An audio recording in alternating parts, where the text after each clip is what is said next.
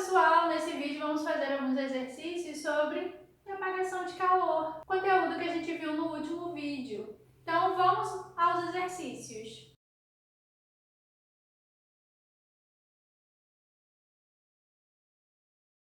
No exercício número 1, pergunta por que a gente usa agasalho de lã, de flanela, de outros materiais para nos proteger do frio. Então a gente usa esses agasalhos porque esses materiais eles são mal condutores de calor. Então eles vão dificultar essa troca de energia térmica, essa transferência de energia. Então a função do agasalho é evitar que ocorra essa troca de calor com facilidade do nosso corpo com o ambiente. E assim a gente mantém a nossa temperatura por mais tempo. Então, por que usamos agasalhos? Porque eles são maus condutores de calor e mantêm a temperatura do nosso corpo por mais tempo.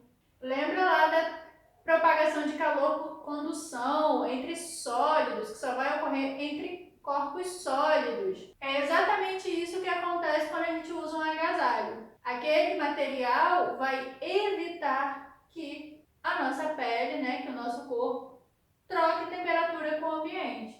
E assim a gente se mantém aquecido por mais tempo. Vamos fazer agora o exercício número 2.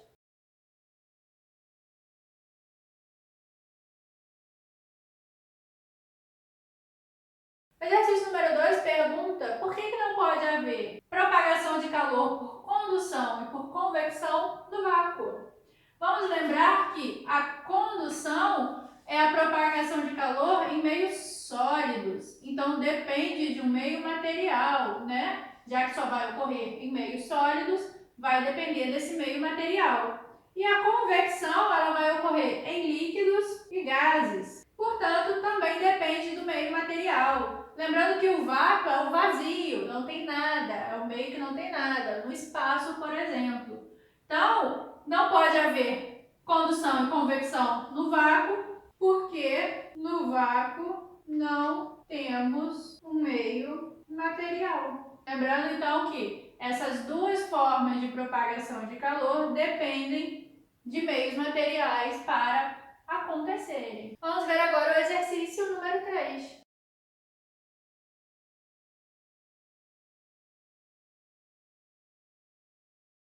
O exercício número 3 pergunta como vai ocorrer a propagação de calor do Sol até a Terra. Olha só, vemos 3 formas de propagação de calor: condução em meios sólidos, convecção em líquidos e gases e a irradiação, que é a única forma de propagação de calor que pode acontecer no vácuo. A propagação de calor entre o Sol e a Terra acontece no vácuo, então essa propagação de calor possível é a irradiação. Por quê? É o único processo que pode ocorrer no vácuo, então só tem esse jeito do Sol trocar calor com a Terra. E por último, para encerrar o vídeo, vamos fazer o exercício número 4.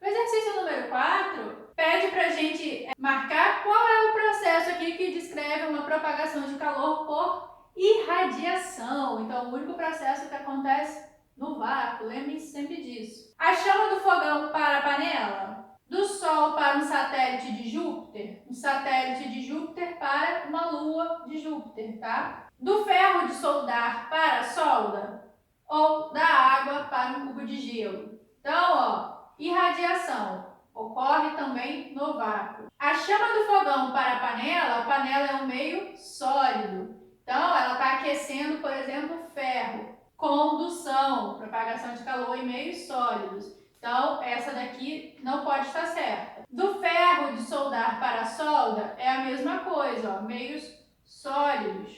Da água para um cubo de gelo, líquido, convecção. Então, o único que sobrou aqui foi do Sol para um satélite de Júpiter, para uma lua de Júpiter. Então, a letra correta é a letra B. Então, com esses exercícios, a gente encerra esse vídeo sobre propagação de